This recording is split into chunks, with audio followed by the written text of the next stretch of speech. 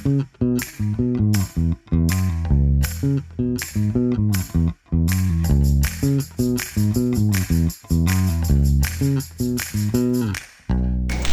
teman-teman, balik lagi di podcast Apa Adanya. Kali ini kita bakal ngobrolin topik yang lagi panas banget nih, demo massal 2025, yang bukan cuma bikin jalanan macet, tapi juga berdampak serius ke ekonomi Indonesia. Dan kali ini gua nggak sendirian, gua ditemenin sama Bang Al. Oke, halo teman-teman, Bang Al. Sebenarnya sih kita di sini ngobrol santai aja sih mengenai demo massal kemarin Yang lagi rame nih. yang lagi panas-panasnya, dan dampaknya sih abis demo. Yang gua agak senengnya sih demo aja, tapi gak usah ngerusak fasilitas lah. Betul tuh. Nah, menurut lo Bang, kemarin kan lagi rame-ramenya nih tanggal 25 sampai 1 September tuh. Menurut lo gimana sih tuh kemarin?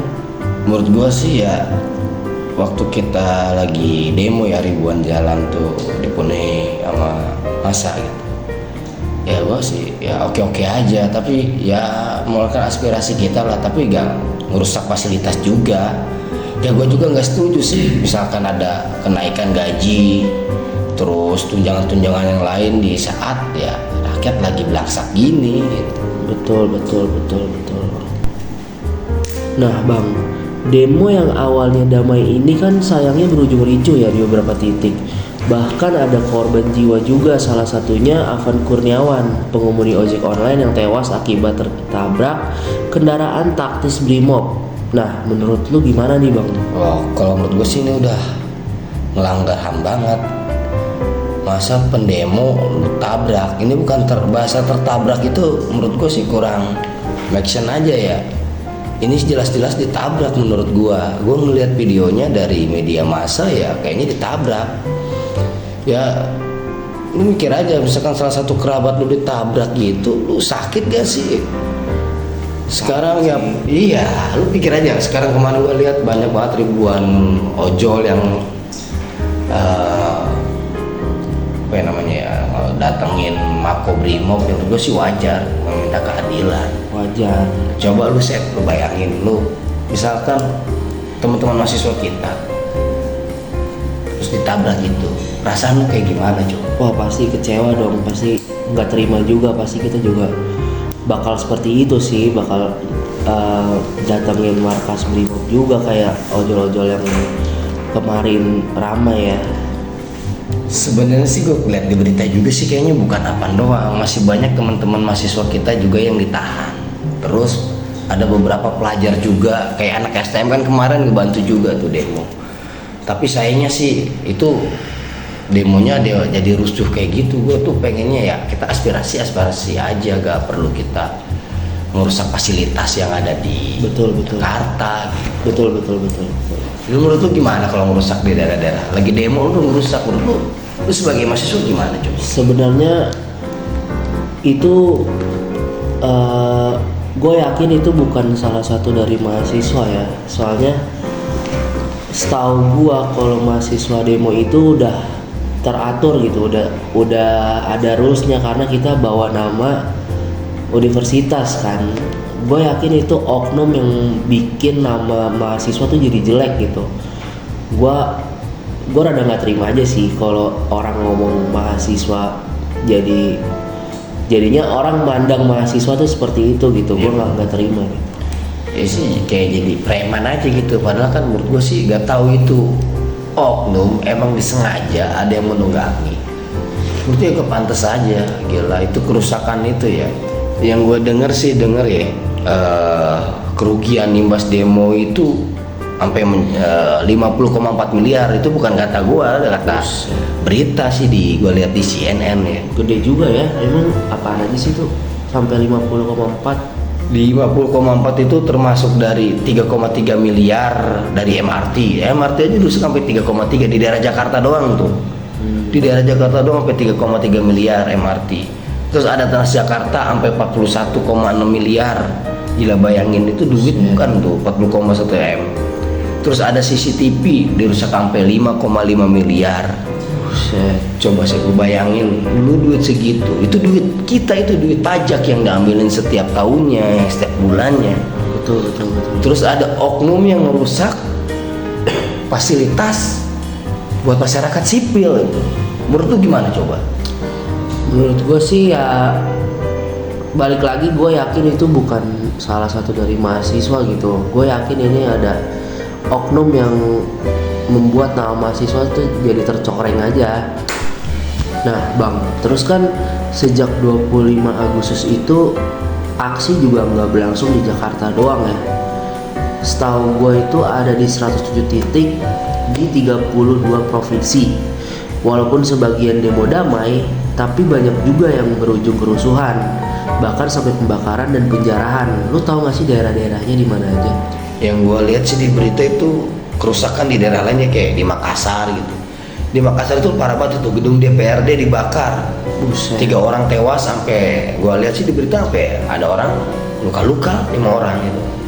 Terus di Surakarta sama di Surabaya itu gedung DPRD dan gedung negara Gerahardi itu terbakar, sama 11 pos polisi rusak. Ya menurut gua sih demo aja, nggak perlu kita ngebakar kayak gitu. Itu kan duit kita juga, duit pajak gitu. Betul. Ya bolehlah kita mengeluarkan aspirasi kita, tapi jangan goblok juga. Ya. Terus di Kediri nih, di Kediri itu gedung DPRD sampai dijarah, museum dirusak, benda purbakala hilang. Coba lu Sep, itu museum sampai dijarah. Ya kalau sampai museum sih menurut gua parah ya. Apalagi benda purbakala hilang, aduh, sangat disayangkan sih. Terus parahnya lagi kan ada 13 polisi juga dirusak sih. Menurut gue sih ya wajar sih polisi kemarin, karena saudara kita Apan kemarin ditabrak oleh dari Makobrimob kan. Ya wajar aja sih menurut gua kalau 13 polisi dirusak sebagai kemarahan masyarakat. Ya tapi yang saya kan itu duit kita juga buat ngebangun pos polisi. Iya benar. Terus kerusakan yang terjadi di Bandung nih, sama di Semarang, Jepara, Palembang, Jambi, Palopo, dan kota-kota luar. Oh nggak bisa banyak sih yang demo tuh, yang ya kita serentak lah itu di sampai 107 titik di 32 provinsi. Yang gue ikuti sih dia itu yang terpampang di media tuh, dari yang parah ya Makassar gitu. Di Medan pun ada tuh sampai gedung DPR dibakar gitu. Banyak ya ternyata. Nah bang, dari tadi kan kita udah ngobrolin lumayan banyak hal nih. Pertanyaan besarnya nih, apa sih efek semua ini terhadap ekonomi kita? Sebenarnya sih yang gue lihat ya ekonomi kita sih, bukan kata gue juga sih, gue baca di CNN sih, itu sampai pertama sih saham anjlok. Jadi ya banyak investor yang ketakutan gitu, buru-buru jual sahamnya ya, karena mikir wah ini bakal panjang nih. Dan akibatnya itu sampai gue lihat turunnya itu di IHSG itu ya, kayak indeks harga saham gabungan itu cukup dalam ya, sampai minusnya 156 poin gitu. Itu hampir udah 2% yang nyangkut di level 7.751 saat pembukaan perdagangan gitu. Yang kalau yang tahu dagang ya atau main trade di trading saham gitu ya. Terus kedua, rupiah melemah. Demo besar bikin investor jadi kayak asing tuh kayak gak tarik modal aja deh daripada gua rugi gitu kan. Jadi rupiah pun jadi keok gitu, melemah. Terus kan dolar malah jadi naik, mata uang lainnya gitu kan. Impactnya sih biaya impor sampai naik, inflasi tambah berat. Ujung-ujungnya apa? Hari kebutuhan bisa makin mahal buat masyarakat. Betul. Terus ketiga ya harga emas jadi melonjak. Nah di sisi lain sih emas justru jadi primadona sih menurut gua ya. Tapi ketika politik gak stabil ya orang cenderung cari safe haven aja dah, alias aset aman, daripada kita dalam negeri pun naik. Emas antam sekarang tembus sampai 2 juta per gram, gila gak lu? Buset. Nah mendingan sih gua ngelirik sebagai penyelamat di tengah gejolak ya beli emas aja daripada gua rugi gitu kan. Iya betul.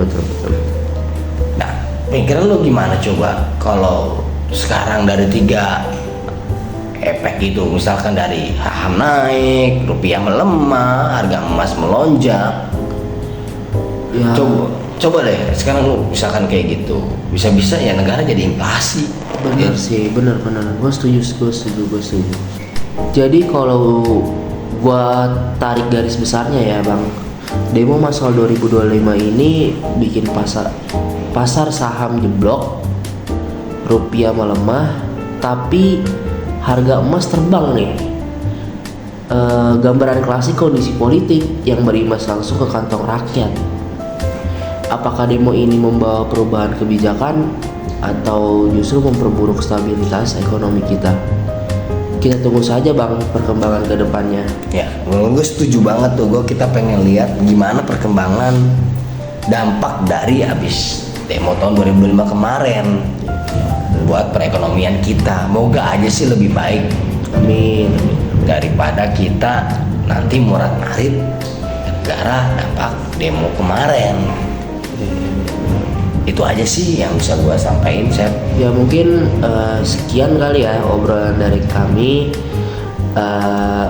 Stay safe dan tetap kritis. Sampai jumpa di lain waktu. Oke.